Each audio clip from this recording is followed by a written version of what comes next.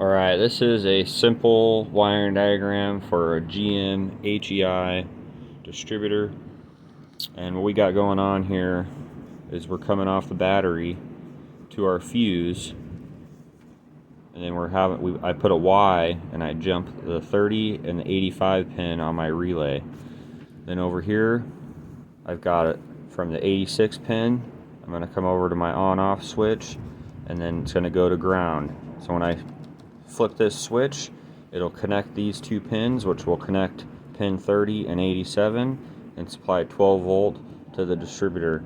Here is how I like to do it. As you can see, here's the battery fuse link coming up, going through, and I do a nice little Y, come up, and that gives my power to my relay for switching, and it gives power when I give this switch to my distributor.